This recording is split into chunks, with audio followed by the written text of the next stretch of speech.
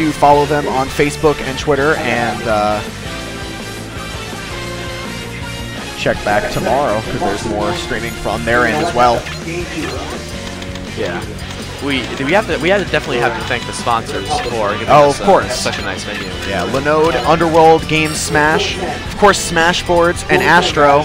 And shout-outs to MVG League. This is one of their first big events that they're hosting, so... Yeah, if I remember correctly, MVG League definitely gave this tournament a boost. Like, what, 100 people signed up in, like, 3 days? I believe so. It was ridiculous. And, you know, while we're a little behind, for the most part, things have been running smoothly, and I like the venue. I think the venue's great. The venue's and there's plenty of things, you know, around, so I hope that if they do a Shots Fired 2, which is looking like it, they go with this venue. And for anybody on the stream who hasn't made it out to Shots Fired, definitely think about coming next time.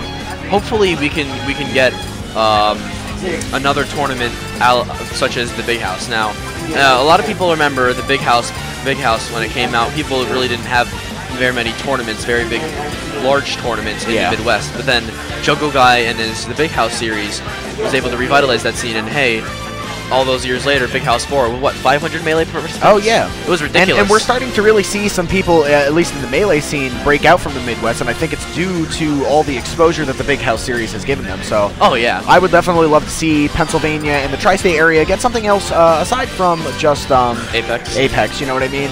Apex is a great series, don't get us wrong, but to have something in the PA area would definitely expose not the seedy underbelly, but rather get some really good players outshone. Like Jiggles for Life. We didn't even know who he was, yet he had a great set against Ally. But here we go with a new one, HBA Switch. All right, so this is round 2 of this pool. I don't know what pool number this is, but Ally and Switch. Ooh. Switch playing Wolf. Wolf is definitely... I think Wolf is definitely one of the more underexplored characters in the PM lineup at this point. I feel like he has an incredible amount of potential, and we've seen it with people like Chillin' Dude and Wolf from Chicago, I think it is, and some of these other Wolves, but I think there's still a lot to be explored, and I can't wait to see. I think Wolf is able to take the strong laser game of Falco Lombardi. Oh my god, he just stood there and ate that up smash like it was breakfast. Wow. People around him, I think, were shocked. They're like, he isn't just going to stand there. He's got a spot dodge or something. Going for a second down air, potentially trying to get a nice pillar combo, but Ally scouted that, and now we have a chain grab. Ally has been around the block multiple times. It isn't. He knows the standard Wolf tactics, and although Wolf is an unexplored character, Wolf does share many of the same things as the other species. For example, the dare combos, Wolf shares a lot with Falco. A lot of the shine intricacies are shared with Fox. It isn't so much that Wolf is the same as others, but the elements can be recognized. See, I feel like a problem that a lot of Wolves have is that side B. It's a lot more dangerous. It's a lot less safe than I think some people make it out to be. And Ally proved that. He edge guarded that beautifully. Ooh, up air, or up tilt rather. Quickly comboing into all these aerials. Oh, Ally got greedy. Ally, I want that kill. I want the kill. I think he thought the platform might have been in motion already, but there it is again. Back. As you mentioned before, we don't see a lot of counters, but with slow lasers such as Wolf's, and the fact that I guess Wolf sort of pulls a Guile. If all you old school Street Fighter or current Street Fighter players know that one of Guile's main strategies is to throw a slow aerial, then come up to the top or the front, throw an attack, and then get him hit by the projectile. Wolf sort of does that himself, but Ally's able to recognize that with a counter and quickly be able to stop Switch's shenanigans. Ooh, we have another chain grab. Oh, he tried to cancel grab, but it did not work. And making me eat my words. Yeah, the quest combo. He hits him with that side B. Ally's saying, "Oh, my B. I didn't know. I didn't know you were actually, a capable opponent." I think fair combo. Ooh, the balloon getting in the way. He potentially could have hit that. Nice jab reset. The jab reset's probably going to do it for Switch. Ooh. Oh, don't do it. Okay, scout it out. If we get a finish, I don't think my heart would be able to take it. Oh, the dash attack for Wolf. Ooh, nice combo from Switch. He is not giving up. He is trying to bring this back. Ike is interesting. On one hand, Ike is able to space out Wolf with a lot of his sword. But on the other hand, it plays into Wolf's favor because Ike, with his fast falling and weight, he's combo food. Yeah. Especially with Wolf's up airs and his dash attack, which surprisingly combos up. Yeah. You have to be careful with when you're playing those kind of heavy characters that you do not get caught by tilts and things of that sort, that they're just going to keep you in the air. You want to be grounded as a sword character. Being in the air is not what you want to do, so...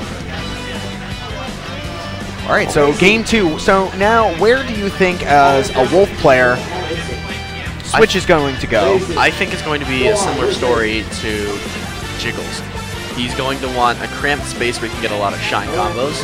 The dash attack has good range, so he wants, a place where he can reach up into platforms with the... Now, does he risk going to a place like Yoshi's Story that is that tight area? Where, no, we're going back to Smashville. Never mind. Didn't even get to finish my thought. When in doubt, Smashville. Yeah. Smashville is very popular. It's arguably the most neutral stage, so... In the Smash series?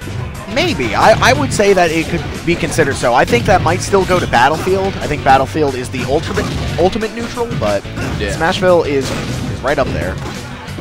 A lot of people would say, a lot of people when they sort of poke fun at this speed, they say, oh, they always pick FD.